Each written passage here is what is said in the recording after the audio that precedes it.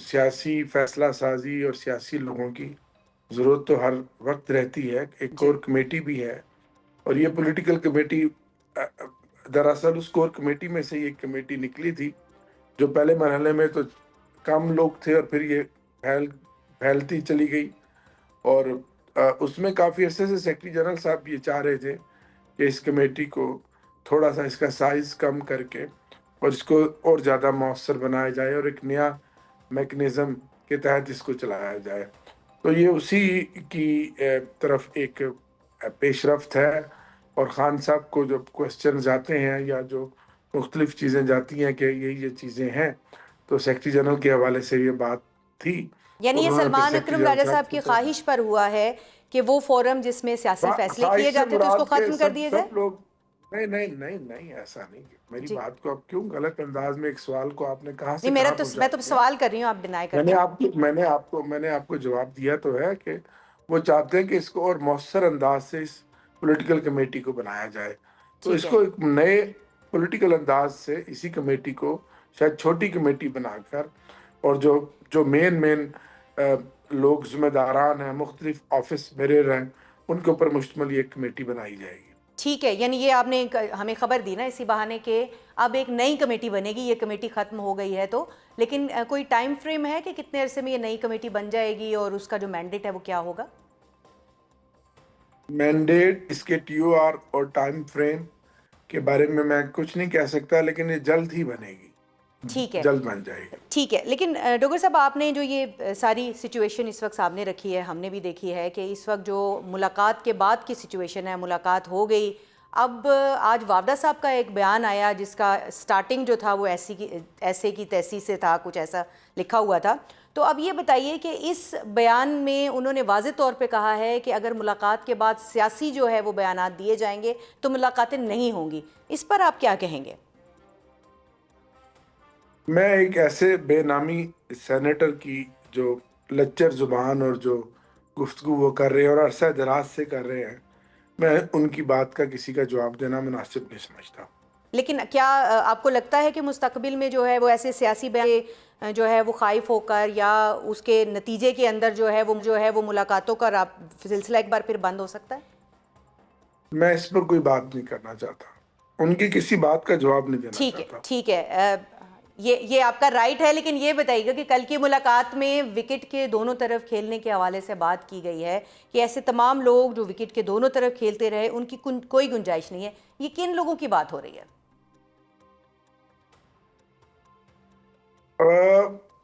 اب یہ پتہ نہیں کس تناظر میں وہاں بات ہوئی اور کس کے سامنے یہ بات ہوئی.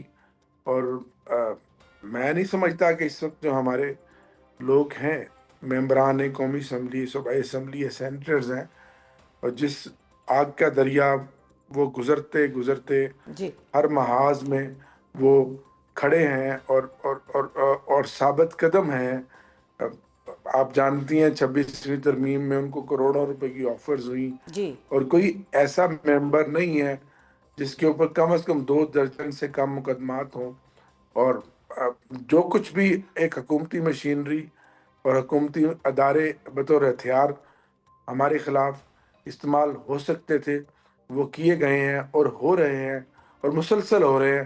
لیکن پھر بھی یہ لوگ اپنے قائد کے ساتھ ثابت قدم ہیں، کھڑے ہیں.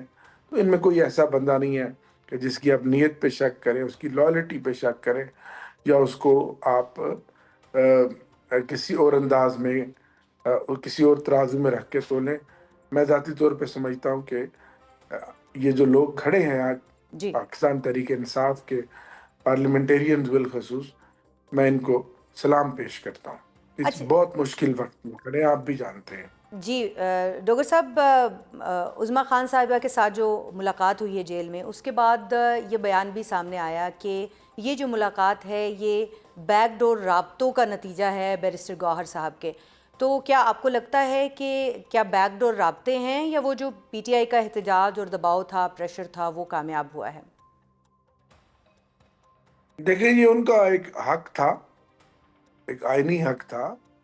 عدالت کی طرف سے واضح احکامات تھے اور خان صاحب کو تو اس طرح ٹریٹ کیا جا رہا ہے جیسے وہ کوئی غیر ملکی کوئی جنگی قیدی ہو. اگر کوئی جنگی قیدی بھی ہوں تو ان کو بھی اس کی فیملی کو ملنے کا تو حق ہے، وکلا کو ملنے کا حق ہے. تو بالآخر 1 مہینے کے بعد جو کچھ ان کے ساتھ ہوا اور جس مشکل اور جو سخت جیل عمران خان کاٹ رہا ہے، 75 سالوں میں پاکستان کی تاریخ میں کسی لیڈر نے ایسی جیل نہیں کاٹی ہوگی. کہنا آسان ہے، جی اور جس طرح قید تنہائی میں ان کو رکھا ہوا ہے اور سخت اذیتیں دی جا رہی ہیں، ہر روز ان کو ایک نئی اذیت دی جاتی ہے. لیکن اور لیکن جس طرح حکومت تو 1.5 سال یہ دعویٰ گزائے، کر رہی ہے کہ ان کی جیل بیوی مینول کے بشرا بی بی مطابق جو ہے وہ ڈاک- ڈاک- پابند سلاسل ہے، اور ڈاکٹر صاحب جھوٹے اسی اور میں ایک بے سوال لے بنیاد لیجئے گا آپ مقدمات کی میں بات سے ہی 250 مقدمات ان کے اوپر قائم ہے. تو ایسی مثال نہیں ملتی. ڈاکٹر صاحب حکومت تو یہ دعویٰ کر رہی ہے کہ جیل مینول کے مطابق جتنی مراعات یا جتنی وہاں پہ سہولتیں بنتی ہیں اس سے بہت آگے کی سہولیات جو ہیں وہ خان صاحب کو دی جا رہی ہیں. دوسری طرف آپ یہ شکوہ کر رہے ہیں کہ نہیں ہے، تو کیا اس میں حقیقت کیا ہے؟ آپ جانتی نہیں ہیں، آپ کو پتہ نہیں ہے کہ کیا ہو رہا ہے ان کے ساتھ. حکومت کے کہنے میں اور کرنے میں بڑا فرق ہے. کہنے میں تو ہم بھی یہی کہتے ہیں کہ جیل مینول کے مطابق وہ ملک کے سابق وزیر اعظم ان کو ٹریٹ کیا جائے، لیکن نہیں ایسا ہو رہا. آپ بھی جانتی ہیں. لیکن ظاہر ہے پی کے ایکٹ کے بعد آپ لوگوں کے بھی زبان پر تالا لگا دیا گیا ہے. پھر بھی میں آپ جیسے حق پرست لوگوں کو جو صحافی ہیں آج بھی تھوڑی بہت ضمیر کی بات کر رہے ہیں، میں خراج تحسین پیش کرتا ہوں. آپ کو سب کو پتہ ہے کہ اس وقت ملک میں کون سا ماحول ہے اور کیا کچھ ہو رہا ہے. جبر ہے، ظلم ہے، فسطائیت ہے، ڈاکٹر صاحب نہ قانون ہے، نہ آئین ہے، آپ نہ چیف عدالت. وپ ہیں اسمبلی کے اندر، اور میں اس حوالے سے آپ سے ضرور یہ سوال پوچھنا چاہوں گی کہ اسپیکر قومی اسمبلی نے محمود خان اچکزئی صاحب جو ہیں ان کو قومی اسمبلی میں اپوزیشن لیڈر تعینات کرنے کے حوالے سے باقاعدہ طور پر ایک پوزیشن لے لی ہے. اس حوالے سے بطور چیف وپ آپ کا کیا لائحہ عمل ہوگا، آپ کی پارٹی کا کیا لائحہ عمل ہوگا، اور کیا اسپیکر کی پوزیشن کو آپ چیلنج کریں گے؟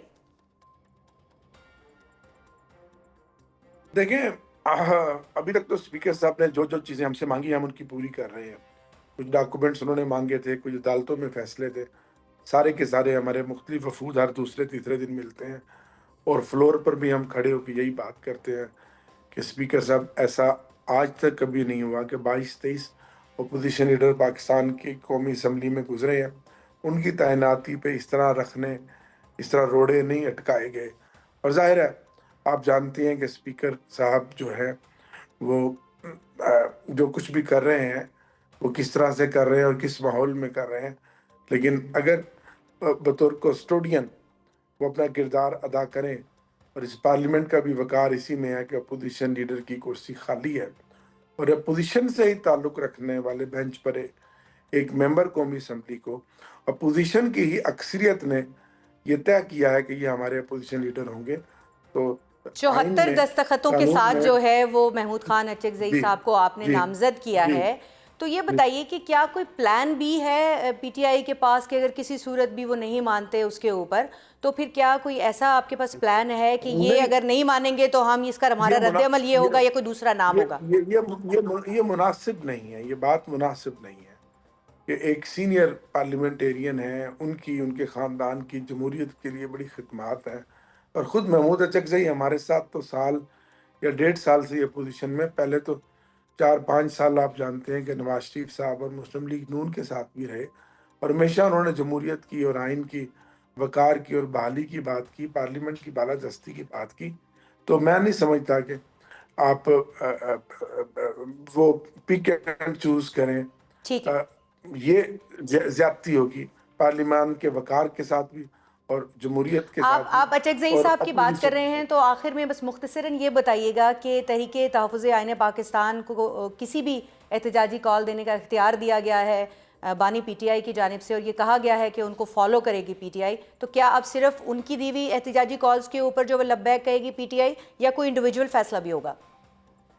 ظاہر ہے اس کے اندر secretary general P T I سے ہیں اسد کیسر صاحب، باقی بھی تحریک انصاف کے لوگ شامل ہیں. تو ایک کامن وزڈم کے ساتھ مشترکہ لائحہ عمل بنایا جائے گا، اور اس میں مختلف ہم خیال لوگ ہیں، مختلف پولیٹیکل پارٹیاں ہیں.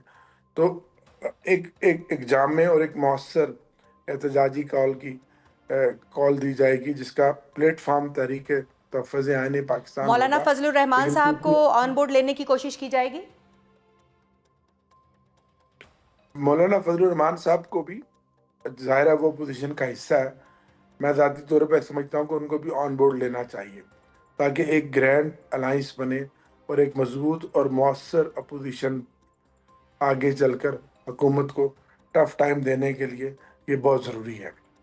بہت شکریہ، عامر ڈوگر صاحب ہمارے ساتھ موجود تھے اور وہ واضح طور پر کہہ رہے ہیں حکومت کو ٹف ٹائم دینے کے لیے تحریک تحفظ آئین پاکستان کے پلیٹ فارم سے ایک ساتھ مل کر اپوزیشن آگے بڑھے گی، اور اس حوالے سے جو ہے وہ مولانا فضل الرحمان بھی اس کا حصہ ہوں گے، وہ یہ توقع کر رہے ہیں۔ اور اب ہم موجودہ سیاسی اور پارلیمانی منظرنامے پر ہونے والی مختلف ڈیولپمنٹس اور پس منظر میں چھپی پیش رفت کے حوالے سے ایک ایسے صحافی سے بات کریں گے اور ان کا تجزیہ لیں گے کہ جن کی ان تمام معاملات پر بہت گہری نظر ہے۔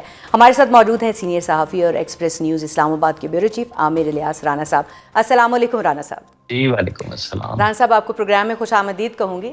سب سے پہلے تو یہ بتائیے گا کہ گزشتہ روز عظمیٰ خان کی بانی پی ٹی آئی سے ملاقات ہو گئی، ملاقات کے پیچھے کیا واقعی بیرسٹر گوہر کا ہاتھ تھا یا کوئی اور بھی معاملہ ہے اس میں؟ دیکھیں، جس کا بھی ہاتھ تھا بات چیت سے طے ہوا نا، پریشر سے نہیں ہوا۔ ایشو اس طرف آنا چاہیے کہ جو پی ٹی آئی سمجھ رہی تھی کہ ہم دبا لیں گے، اور وہ جب سے عدم اعتماد کے بعد گورنمنٹ گئی تھی مسلسل یہی کام کر رہے تھے۔ 25 مئی 2022 سے عمران خان کر رہے تھے یہ کام۔ اب پارٹی نے سوچا، وزیر اعلیٰ بدلا، سب کچھ ہوا، لیکن نہیں بن رہی تھی بات۔ تو ملاقات ہونا خوش آئندہ ہے، ایسی کوئی بات نہیں ہے، ہونی بھی چاہیے، لیکن جو باتیں سامنے وفاقی وزراء لائے کہ سیاسی نہیں ہونی چاہیے، تو عمران خان نے تو پہلے سے زیادہ تیز بیان جو ان کے ایکس ہینڈل پہ آیا ہے، تو انہوں نے تو کوئی بات نہیں مانی۔ اور اب فیصل واوڈا بھی بیان دے رہے ہیں، کوئی کچھ دے رہا ہے کہ آئندہ بھی نہیں ملاقات ہوگی۔ دیکھیں میں آپ کو جی بالکل، میں دیکھ رہی تھی فیصل واوڈا کا جو بیان ہے، انہوں نے واضح طور پر یہ کہا ہے کہ بیان بازی اور جو سیاسی پیغام رسانی ہے وہ ہوگی تو پھر ملاقاتوں کا جو راستہ کھلا ہے وہ بھی بند ہو جائے گا۔ تو اس کو آپ کیسے دیکھتے ہیں، یا کدھر جائے گی بات آگے؟ دیکھیں، جو بات عظمیٰ خان صاحبہ نے کہی اور اس سے کہیں سخت پھر ان کے ٹویٹر سے آئی، تو یہ بات تو کلیئر ہوگی کہ عمران خان کوئی بات نہ سمجھنے کے لیے تیار ہے نہ ماننے کے لیے تیار ہے۔ ٹھیک ہے، ان کی پارٹی کے لیڈر، جن کا ایک کا نام آپ نے بیرسٹر گوہر کا لیا، اسد کیسر ہیں، یہ لوگ پارلیمنٹ میں عمران خان کی رہائی پہ بات نہیں کرتے۔ جی یہ چاہتے یہ ہیں کہ ان کے لیڈر کو کوئی راستہ ملے، لیکن ان کو یہ پتا ہے کہ وہاں بات کر کے اور نقصان ہوگا۔ اب یہ بات عمران خان کو کون سمجھائے؟ اب بہن گئی ہیں، ظاہر ہے انہوں نے گلے شکوے سارے پہنچائے ہوں گے، پارٹی کے بھی، لوگوں کے بھی، عمران خان کے بھی لوگوں کے سامنے لائے ہیں۔ اگر وہ اس تک ہوتا تو شاید ٹھیک تھا۔ پھر جس طرح سے انہوں نے فیلڈ مارشل پہ تنقید کی، سرے عام کی، وہ چیزیں عمران خان کے لیے سیاسی راستے کو اور مسدود کرتی ہیں، ان کی پارٹی کے لیے مسدود کرتی ہیں۔ انہوں نے اپنی پارٹی کے ان سب لیڈروں کو میر جعفر صادق قرار دے دیے جو نیشنل ڈیفنس یونیورسٹی کی ورکشاپ میں نیشنل سیکورٹی میں گئے تھے، جی بالکل، اور وہ اب بیچارے تعویلیں دیتے پھر رہے ہیں کہ نہیں جی ہماری پارٹی نے ہمیں نامزد کیا تھا، ہم تو خود نہیں گئے تھے۔ کچھ لوگ باتیں بنا رہے ہیں کہ یہ مشال یوسف زئی کی وجہ سے سارا کچھ ہوا ہے، شاید بہنیں نہیں چاہتی تھی کہ مشال کو پہلے بھی ٹکٹ ملا ہے بیگم بشرا کی وجہ سے، اور اب وہ بھی گئی تھی تو خان کو پوری پکچر نہیں دی گئی۔ یہ with in the P T آئی ایک نئی لڑائی شروع ہو چکی ہے کہ جی یہی وہ لوگ ہیں جن کی طرف وکٹ کے دونوں طرف کھیلنے والی بات کی گئی ہے؟ نہیں، یہ اور لوگ ہیں وکٹ، وہ تو عمران خان نے واضح کیا نا کہ جو لوگ نیشنل سیکورٹی ورکشاپ میں گئے وہ وکٹ کے دونوں طرف کھیل رہے ہیں، اور میرے پاس گنجائش نہیں ان کی۔ لیکن مشال یوسف زئی کو انہوں نے سنگل آؤٹ پی ٹی آئی کے اپنے لوگ کر رہے ہیں اب، کیونکہ عمران خان نے تو سب کو کہا، لیکن پی ٹی آئی کے اندر یہ ہو رہی ہے کہ یہ مشال کی وجہ سے ہوا، اور پتہ نہیں کیا بتایا خان صاحب کو، اور ان سے وہ جو وکلا کا تھا سارا معاملہ وہ بھی لے لیا گیا، اور وہ سارا چیف منسٹر کو دے دیا گیا۔ اب ہمیں عمران خان کی جب بھی نیکسٹ بات ملاقات ہوتی ہے، کل ہوتی ہے سیاسی رفقا سے یا منگل کو بہنوں سے ہوتی ہے، پھر دوبارہ ان کے بیان سے پتہ چلے گا کہ وہ کہاں کھڑے ہیں، انہیں پکچر صحیح گئی نہیں گئی۔ لیکن عمران خان کی بہن کے طرف سے جو بھی ظاہرہ پیغام دیا گیا، جو ایکس ہینڈل پہ آیا، لوگ تو کہہ رہے ہیں کہ اتنی بات لمبی تو ملاقات نہیں ہوئی جتنا ٹویٹر پہ میسج آیا ہے۔ اب یہ باتیں عمران خان اوکے کرتے رہے ہیں ہمیشہ سے، جب بھی بیان آیا انہوں نے اس کو پچھلے والے بیان کو اون کیا ہے، ڈس اون کبھی نہیں کیا، لہذا وہ بات تو اپنی جگہ درست ہے، لیکن معاملات پھنس جائیں گے مجھے لگ رہا ہے پی ٹی آئی کے لیے۔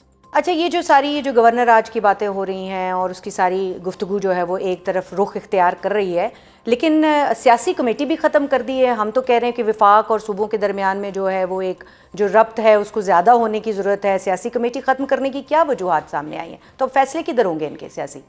دیکھیں، یہی بات تو ہے نا کہ سلمان اکرم راجہ کے حوالے کر دی، وکلا کے حوالے پارٹی کی اس وقت شاید ان کو بہت اچھا لگ رہا تھا کہ جی دوسرے لوگ شاید الیکشن نہ لڑیں، پھر یہ پٹیشنیں کر لیں گے وکلا، تو وہ بات اس حد تک ٹھیک ہے.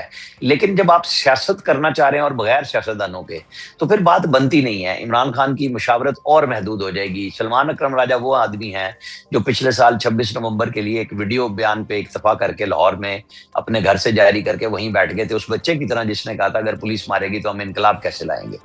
تو یہ بھی یہی کہہ رہے تھے کنٹینر لگے ہوئے ہیں، رستے بند ہیں اور میں نہیں جا سکتا. تو آپ دیکھ لیں کہ سیاسی مشاورت ان کی پہلے ہی بہت کم ہے. عمران خان کے علاوہ باقی پارٹی کے اندر ان کی ایک بڑی مخالفت موجود ہے. اچھا، سیاسی مشاورت پارٹی میں پہلے نہیں ہو رہی رانا صاحب، اوپر سے NFC کا اجلاس جو ہے وہ کل بڑا امپورٹنٹ اجلاس ہونے جا رہا ہے. KP کے وزیر اعلیٰ کہتے ہیں کہ وہ جائیں گے وہاں پر اٹینڈ کریں گے. لیکن اگر ہم بات کریں ابھی آج جو پریس کانفرنس ہوئی ہے اس میں بھی اسد کیسر نے کہا ہے کہ NFC میں شیئر نہیں مل رہا. تو یہ کیا NFC میں شیئر لینے میں کامیاب ہو جائیں گے کل جب جائیں گے؟ وفاق کوئی سنے گا؟ 22 ارب روپے کے واجبات کی بات ہو رہی ہے یہاں پہ. دیکھیں وفاق کیوں نہیں سنے گا اور کیوں نہ سنے؟ جب میٹنگ ہو رہی ہے اور جو وفاق کی ایک اکائی ہے KP ہمارے اپنے ہی گھر ہے نا، کسی اور کا تو نہیں ہے، تو وہ چیف منسٹر کے پولیٹیکل بیانات جو مرضی ہوں جب وہ آ رہے ہیں میٹنگ میں ان کو سنا بھی جانا چاہیے اور ان کا جواب بھی دینا چاہیے. میں تو یہ کہوں گا کہ وہ جا کے مزمل اسلم کو، میرا خیال ہے اس سے پہلے ایک پریس کانفرنس کرنی چاہیے کہ عمران خان نے اپنے 4.25 سال میں جو پہلے بقایا جات تھے وہ بتائیں کہ کتنے باقی دے دیے تھے. فسکل پوزیشن کی بات ہو رہی ہے نا کہ آج تو یہ کہہ رہے ہیں نا کہ پوزیشن ہی خراب ہے، گورنمنٹ کے پلے ہی کچھ نہیں ہے، تو گورنمنٹ وہی بتائے گی نا کہ ہمارے پاس کیا ہے. لیکن اس کا منصفانہ حل یہ ہوگا کہ مزمل اسلم اور چیف منسٹر بتائیں، پبلک میں بتائیں لوگوں کو کہ جی عمران خان نے اتنا بیک لاگ نکال دیا تھا اور اتنا آ کے اس 3 سال کی PDM گورنمنٹ اور اب PMLN کی گورنمنٹ نے ہمیں اتنا دبایا ہے. ثابت تو کریں نا بات کو تاکہ ہم بھی کہیں گے. اور ہم تو میں نے پہلے بھی آپ کو کہا رانا صاحب کل ملاقات جی پیسے ملنے چاہیے. کل ملاقات بھی جو ہے وہ ہو گئی ہے، جو ایک بنیادی نقطہ تھا وہ تو ان کی ایک بنیادی شرط پوری ہو گئی ہے. اس کے علاوہ ابھی ہم دیکھ رہے ہیں کہ NFC ایوارڈ کے اجلاس میں بھی وہ آ رہے ہیں، انہوں نے اعلان کر دیا ہے. تو اب ہم دیکھ رہے ہیں کہ کوئی خلیج جو ہے وہ کم ہوگی دونوں جماعتوں کے درمیان میں، نون لیگ اور اگر PTI کی بات کریں مجموعی طور پر تو. لیکن جو میسج آیا نا عمران خان کی طرف سے براہ راست ان کی بہن کے ذریعے اور پھر ایکس پہ جو شیئر ہوا ہے، اس کے لیے تو چیف منسٹر کے لیے تو اور مسئلہ بن گیا ہے. انہیں کہا گیا فرنٹ فٹ پہ کھیلیں، ان کے کندھوں پہ اور بھاری ذمہ داریاں عمران خان نے ڈال دی ہیں. میرا خیال ہے ٹف کل NFC کا ہوگا. اگر سمجھداری سے کام لیں، وہاں پہ بات کریں، اپنا ڈیٹا دیں اور پبلک میں بھی شیئر کر دیں کہ جی میں نے یہ مانگا ہے، یہ ہمیں ملا تھا. تو یہ تو صوبے کا بنیادی حق ہے کہ وہ ان کو ملنا چاہیے. لیکن جو پرائم منسٹر نے کہا تھا نا ہم نے 600 ارب روپیہ CDD کے لیے تھا، کاؤنٹر ٹیررزم کے لیے، اس کا بھی حساب دے دیں کہ اس کا کہاں پہ خرچ کیا تھا. یہ نہ کہیں علی امین گنڈا پور کی طرح کہ میں پچھلی 10 سال کی PTI کی گورنمنٹ کا ذمہ دار نہیں ہوں، جو بھی KP میں ہوا میں تو اپنے حساب دوں گا. تو یہ بھی یہ نہ کہیں کہ میں اپنے 17 مہینے کا پچھلے کا حساب نہیں دوں گا یا یہ بڑا دلچسپ پہلو آپ نے جو ہے وہ سامنے رکھا ہے. لیکن جاتے جاتے ہمیں یہ بھی بتائیے گا کہ کل کنڈی صاحب ہمارے پاس ہمارے پروگرام میں جب آئے تو انہوں نے گورنر راج کی خبروں کی تردید کرتے ہوئے یہ بھی کہا تھا کہ CM خود فیصلہ کریں گے کہ گورنر راج وہاں لگے گا نہیں، ان کی کارکردگی ثابت کرے گی، ان کا رد عمل جو ہے ان کا رویہ ثابت کرے گا. تو اب آپ کو کیا لگ رہا ہے کہ کیا وزیر اعلیٰ KP کا رویہ ایسا ہے کہ وہاں گورنر راج لگ جائے؟ لگ رہا ہے یا نہیں لگ رہا؟ خبر کیا ہے؟ دیکھیں 2 چیزیں ہیں. پچھلے اتوار کو جب خبر یہ آئی تھی ذرائع کے ساتھ کہ یہ 6 نام ہیں، وہ ایک انتباہ تھا. اس کے بعد تھوڑی سی برف پگھلی جس کے نتیجے میں ان کی بہن کو عمران خان سے ان کی بہن کو ملنے دیا گیا. چیف منسٹر کے لیے جو بات کنڈی صاحب نے کہی ہے نا، تو وہ یہی بات کی ہے جس کی وہ تردید کر رہے تھے کہ جی نہیں لگے گا گورنر راج. بنیادی طور پہ لگانا کوئی نہیں چاہتا، لیکن مجبوری اگر ہوئی تو ظاہر آئینی آپشن تھا، اسی لیے پبلک بھی کیا گیا کہ ایکسرسائز یہ کام ہو سکتا ہے، تو اس کو روک بھی کوئی نہیں سکتا.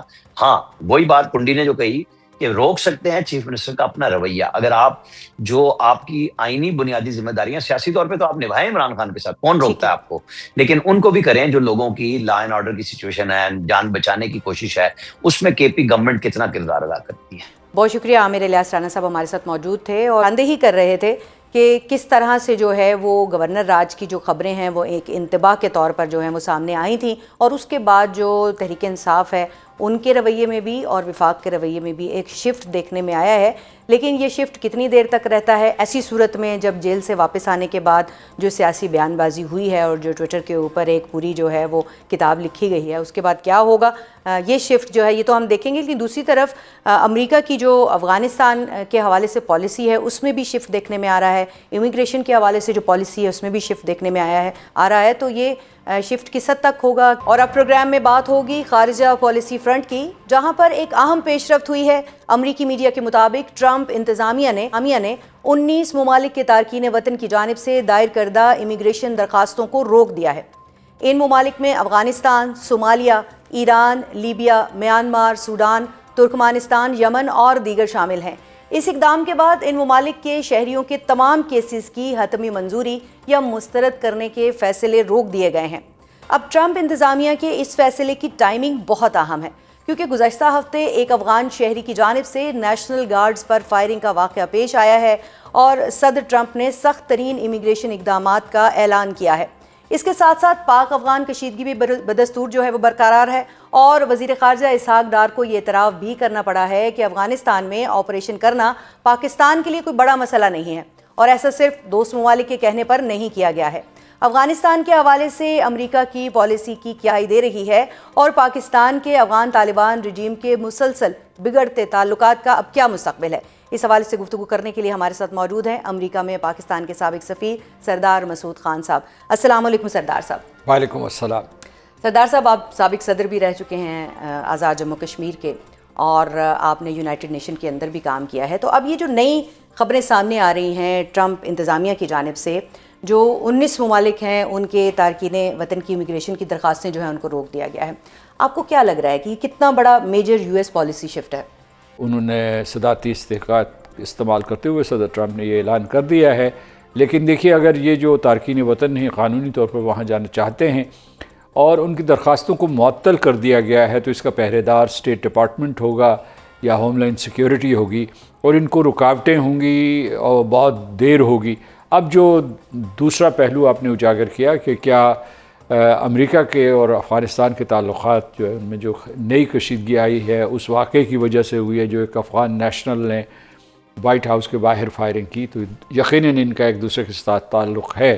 لیکن ایک چیز یہ ہے کہ ابھی تک جو ہے امریکہ نے افغان طالبان کی حکومت کو تسلیم نہیں کیا، ان کے درمیان کشیدگی ہے، لیکن ان کے درمیان رابطے بھی تھے۔ اب دیکھنا ہے کہ وہ رابطے قائم رہیں گے یا بالکل ٹوٹ جائیں گے۔ ہمارے کچھ اس سلسلے میں جو ہے وہ تحفظات بھی ہیں، مطالبات بھی ہیں، یعنی اگر امریکہ کا افغان طالبان کے ساتھ اثر و رسوخ ہے یا کوئی رابطے ہیں تو وہ پاکستان کے خلاف افغان طالبان جو دہشت گردی کی سرپرستی کر رہے ہیں اس کو ختم کریں، جو تحریک طالبان۔ لیکن اب یہ جو ایک سپل اوور افیکٹ تھا طالبان افغان رجیم کا، تو وہ تو اب امریکہ تک پھیل گیا ہے، تو اب آپ کو لگ رہا ہے کہ امریکہ کی جانب سے کوئی دو ٹوک موقف اپنایا جائے گا؟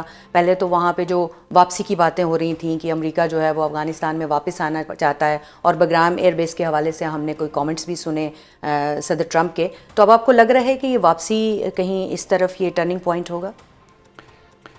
اگر دو قوتوں میں اتفاق یا الحاق ہو گیا تو اس کے بعد اس کا امکان ہے۔ مثال کے طور پر جو لبرل افغان تھے جن کو حکومت سے محروم کیا گیا، اشرف غنی اس کے ارد گرد جو لوگ تھے، یا حامد کارزائی، یا اس کے علاوہ جو ناردرن افغانستان کی قوتیں ہیں، یہ اگر مجتمع ہو جاتی ہیں اور افغان طالبان کے خلاف نبرد آزما ہوتی ہیں تو پھر اس کی جو ہے چانسز ہیں۔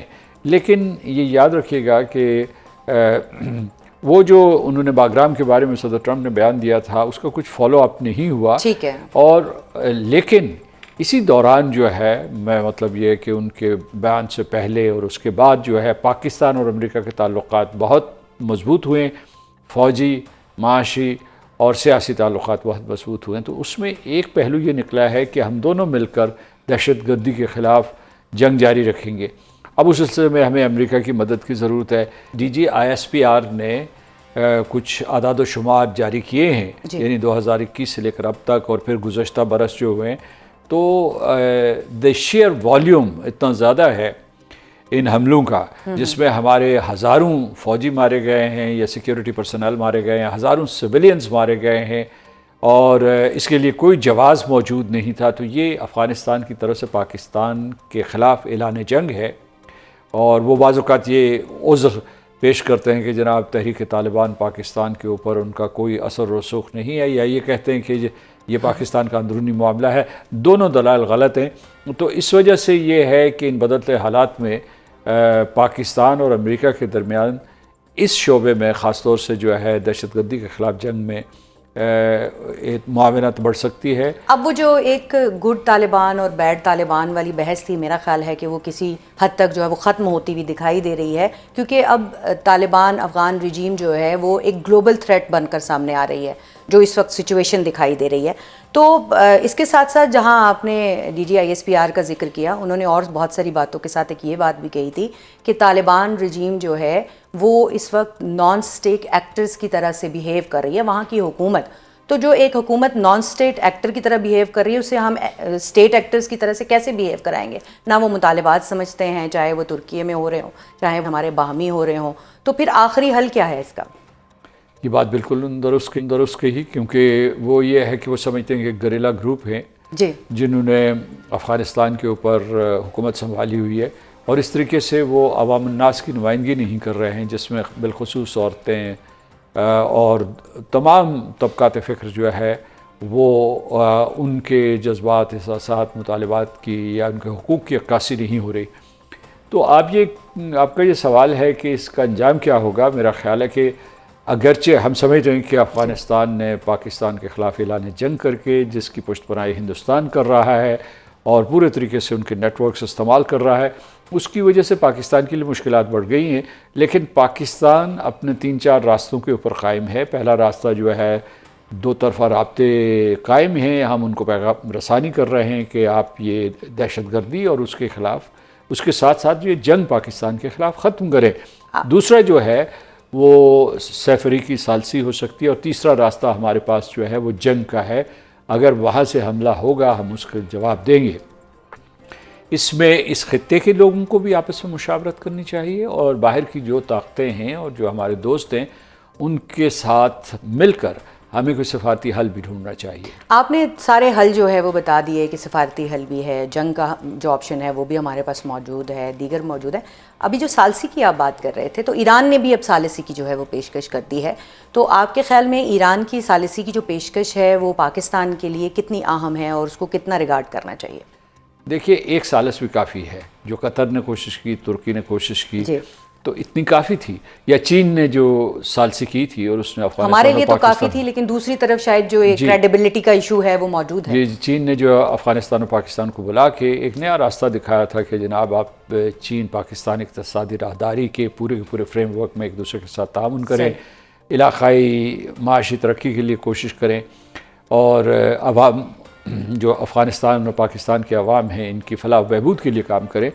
تو میں یہ کہہ رہا تھا، آپ اس سوال کے جواب میں یہ کہہ رہا تھا کہ ایک ثالث بھی کافی تھا۔ اب ایران ہے، اس کے بعد سعودی عرب جو ہے اس نے بھی پیغامات بھیجے ہیں، تو رکاوٹ صرف افغان طالبان ہیں اور ان کے پروردہ تحریک طالبان پاکستان کے کاڈریز، جن کی وجہ سے جو ہے یہ صورتحال بگڑتی چلی جا رہی ہے۔ آخر میں مجھے یہ بھی بتائیے گا کہ ایک مائنڈ سیٹ جو ہے وہ امریکہ کا ہے، اور آپ کیونکہ وہاں پر جو ہے وہ سرو کر چکے ہیں، یونائٹڈ نیشن کے اندر بھی سرو کر چکے ہیں، تو آپ اس مائنڈ سیٹ کو اچھے سے سمجھتے ہیں۔ تو اس وقت جو سچویشن ہے پاکستان اور افغانستان کے تعلق ہیں، افغانستان کی کریڈیبلٹی ایک ایشو ہے، اور بھارت جو ہے وہ پاکستان کے اندر در اندازی کے لیے ایک سہولت کاری کا کردار ادا کر رہا ہے، تو اس کی کس حد تک ریئلائزیشن امریکہ کے اندر موجود ہے اور اس کا رسپانس ان کی جانب سے کیا ہو سکتا ہے؟